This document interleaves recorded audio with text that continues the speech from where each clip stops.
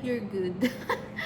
So, mag-ano dapat ako, magla-live. Kaya lang, ayaw mag-connect ng wifi. Ano siya, naglo-loading. So, nag-video na lang ako. Video na i-upload ko. So, magre-retouch ako guys. And, yun lang. Kasi, magkukwento na lang ako ng nangyari sa akin kahapon. Ay, dali lang. Belated Happy Valentine's Day muna pala nung Saturday. Busy ako dahil may date ako nung Saturday. Tapos, busy din ako kahapon. Grabe, busy ako talaga this weekend. And ito ang napakasaya this weekend nang nangyari. Kasi, in fairness naman may ganap ako. Kasi, usually wala talaga akong ganap. Kasi, wala namang kapuntahan dito, diba? Pero this weekend, may ganap naman. So, kamusta ba ang Valentine's Day nyo? May date ba kayo? Ako meron. Paano ba ako magkukwento? Sige, simulan natin nung Valentine's Day. So, nung Valentine's, kasi, nandito na si Beng, di ba? Kilala niyo naman si Beng, di ba? Yung friend ko na dapat, kasama ni Waka Waka, pero, naiwan si Waka Waka, ganun, kasi, daming problema. So, nandito na siya. And, so, at dahil nandito na siya, makakalabas na naman ako, makagala naman ako. Kasi, laging kami talaga yung magkasama. So, nagkasama na naman ako lumabas and gumala, ganyan, si Ben. Tapos, may mga padala ako sa kanya. So, sabi ko, sige sa Valentine's na lang natin, sa Valentine's na lang tayo magkita. So, nakita kami nung Valentine's. Tapos, in-invite ko na rin si Sol. So, ayun, silang dalawa ang kadate ko nung Valentine's. So, diba? Hindi naman porket, Valentine's, jowa agad. May family pa, may friends pa. So, kami yung magkakadate. Ang ginawa namin ay, ayoko na mag-retouch. Tinatamad na ako. Okay na yan. Lipstick lang. Ang ginawa namin ay kumain kami sa Chinese. So, ang kinain namin ay shrimp, shrimp, Chinese rice, and ribs, fried ribs, tsaka yung bok choy na may naginisa sa garlic. Ang sarap. Tapos, after namin noon, may tinitingnan kasi akong hotel na doon kami doon ako mag-celebrate ng birthday. Tapos, chinek namin yung price. Parang, hindi pa ako nakapag-decide kung doon or doon sa isa. So, chinek namin yung price, kung okay. Carry naman, kaya lang nga, medyo mahal. Mahal siya.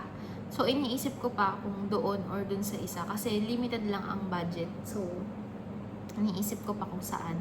So, after nung na-check na namin yung price, dapat pupunta rin kami doon sa isa. Kaya lang, sabi ko, wag na. Kasi doon naman sa isa, parang anytime naman pwedeng mag-check-in. So, sabi ko, sige, wag na, hayaan nyo na. Kasi, kung hindi naman tayo matutuloy dito sa una namin doon na lang kami sa isa. After nun, nag-dessert kami, kape-kape and donuts sa G-Box. Tapos, after nun, ayun lang, gumala, ganyan, gala-gala, ganyan. So, ayun, masaya naman ng Valentine's Day kasama ang friends. And then, kinabukasan, umalis kami,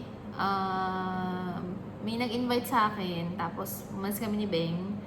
So, kinita ko si Beng. Tapos, kasi may other group pa kami may other group pa. So, kasama yon yung other group na yon. So, sumama ako kasi in-invite ako. So, and lagi naman ako, kung nasan si Beng, nandun din ako. Kasi, minsan, nagliliwaliw, ganyan. So, pumunta ako, ganyan. Tapos, nung pinuntahan ko na sila, kasi nakatambay sila sa G-Box. Ayan, inom-inom ng kape, ganyan. Yung isa naming friend na nagwo-work sa isang ospital, hindi pa niya out kasi parang 11 AM pa nun eh. Ang out pa niya is 3 PM. So, kami lang muna magkakasama, nagkwentuhan kami, ganyan. Inaantay namin mag-out yung isa naming friend na taga-ospital. So, wala pa. So, from 11 to 3, kwentuhan. Pero, ang dami namin pinuntahan from G-Box dun sa dessertan. Kasi kape-kape lang, donut, ulit, ganyan. Pumunta kami sa isang restaurant, tapos nag-take out kami ng Arab food. Like, nag-take out kami ng hummus, tsaka pasta na Alfredo. So, yun. Tagal namin doon kasi ang daming tao. Ang daming tao kasi, ano siya Lebanese restaurant. Magra-Ramadan na. Alam niyo naman ang population dito sa Guinea, half na lokal, ang feeling ko ang pinakamaraming dito mga Lebanese, pinakamaraming Arab, pinakamaraming expat is Lebanese. So, may restaurant na pang Lebanese and ang daming tao, punong-puno. Tapos naisip ko, kaya pala punong-puno yun kasi Ramadan na. Magra-Ramadan na sa Feb 18, sa birthday ko. So, syempre sila, nag-e-enjoy na sila kasi hindi na sila pwedeng kumain di ba? So, nag-e-enjoy na silang ganyan. Actually, nabubukas kasi itong damit ko na to kaya, isin ko nga yung camera kasi, siya, nabubukas siya guys. Maluwag. Nilagyan ko lang ng pardible. So, na Ramadan na sa 18 sa mismong birthday ko. So after noon, then nag-take out kami yun nga hummus con carne, hummus na may pork. Ay, hindi pala pork. Pang Lebanese tapos may pork. Hindi, haram yun, haram. Ano ba yun? Yung baka nila, baka. So dapat halal ang food nila. So hummus with carne and Alfredo pasta. Tapos yung Alfredo pasta nila may grilled chicken. Tapos yun yung tinake out namin. Tapos gusto pa namin may pizza para may food kami. Kasi ang gagawin namin, doon na kami kakain doon sa friend ko na isa. So nag-take out kami ng mga food din nga dun sa And then gusto rin namin may pizza kasi may mga bata. So ang pinakamasarap na pizza dito yung dun sa may Manila. So pumunta pa kami ng Manila from dun sa restaurant na Lebanese na yun. Pumunta kami ng Manila. Tapos nag-take out kami ng 2 box ng pizza. Tapos habang inaantay namin, kasi 2 PM pa lang yun So parang mga 3 PM pa, di ba? So nag-ice cream muna kami. Yan, ice cream hanggang sa mga ang tagal nung order namin. Nabot na kami doon ng mga 3:20. So 3:20 na kami nakaalis doon sa Manila. And then nag-taxi kami pupunta sa ospital kasi doon yung accommodation ng friend ko. And then ayun, alam nyo, nakakatuwa. Nagulat ako. Tuwing pagbukas namin ng pinto niya, may hawak siyang cake. Tapos may nakalagay happy birthday Aya. Tapos may mga candles, ganyan. Nagulat ako, surprise nila ako. Kasi family yun Tapos nagulat ako, ang daming handa. Nagluto si ate, ang name kasi ng friend ko si Ate Claire. Tapos yung kasama namin ni Beng, si Ate Rio. So, ang daming handa. Sobra, nahiya ako. Mahihain kasi ako sa ganun. Alam niyo yung mas gusto ko nagbibigay kasi nakaka-receive. So, nahiya ako kasi surprise nila ako. Tapos, pero ang saya kasi ang saya ng pag hindi mo ina-expect, 'di ba? So, kanantahan nila ako ng happy birthday, tapos may mga bata, yung 2 kids, yung anak ni Ate Claire, ganyan. Tapos si Kuya Dudes. So, si Kuya Dudes yung nagluto ng food. So, thank you so much sa mga newly found friends ko. Actually, simula nung dumating ako dito from vacation last year, sila na yung sinasamahan kong group. Kasi, komportable ako sa kanila and masaya. Bawa, pag nag-uusap kami, walang issue. Tapos, kapag nag-uusap, about sa family, ganyan. Kasi gusto ko yung mga ganun, yung chill lang, yung walang issue, hindi toxic. Gusto ko yung mga ganung tao. So, nung doon na ako sumasama. Pero, madalang din ako sumama, parang once in a while lang. Kasi nga, parang parang naging reserve na. Yung reserve na ako dati pa, pero parang mas ni-reserve ko na this, kasi wala, parang gusto ko mag-concentrate sa life ko na lang, ganun. Yung ayoko ng mga toxic na mga tao sa paligid ko. So, ngayon, pinipili ko na talaga yung mga sasamahan ko. Ayoko ng issue, ayoko ng mga naiinggit, ayoko ng mga ganun, ayoko ng mayayabang, ayoko ng issue, ayoko ng mga inggitan, ayoko ng mga ganun. So, ngayon, pinipili ko na yung mga tao kasama ko. And eto, nakuha ko yung group na to. And parang masaya naman kasi kapag kasama ko sila, ano lang, about sa family, about sa vacation, family sa Pilipinas. So, nag-enjoy ako na ganun, na alam niyo yung parang, syempre, weekend na nga lang, Sunday, tapos gusto mo syempre marerelax ka. So, ayun, puro kalokohan lang yung pinag-uusapan namin and na-enjoy ko. Sila yung nag-surprise sa akin kahapon. So,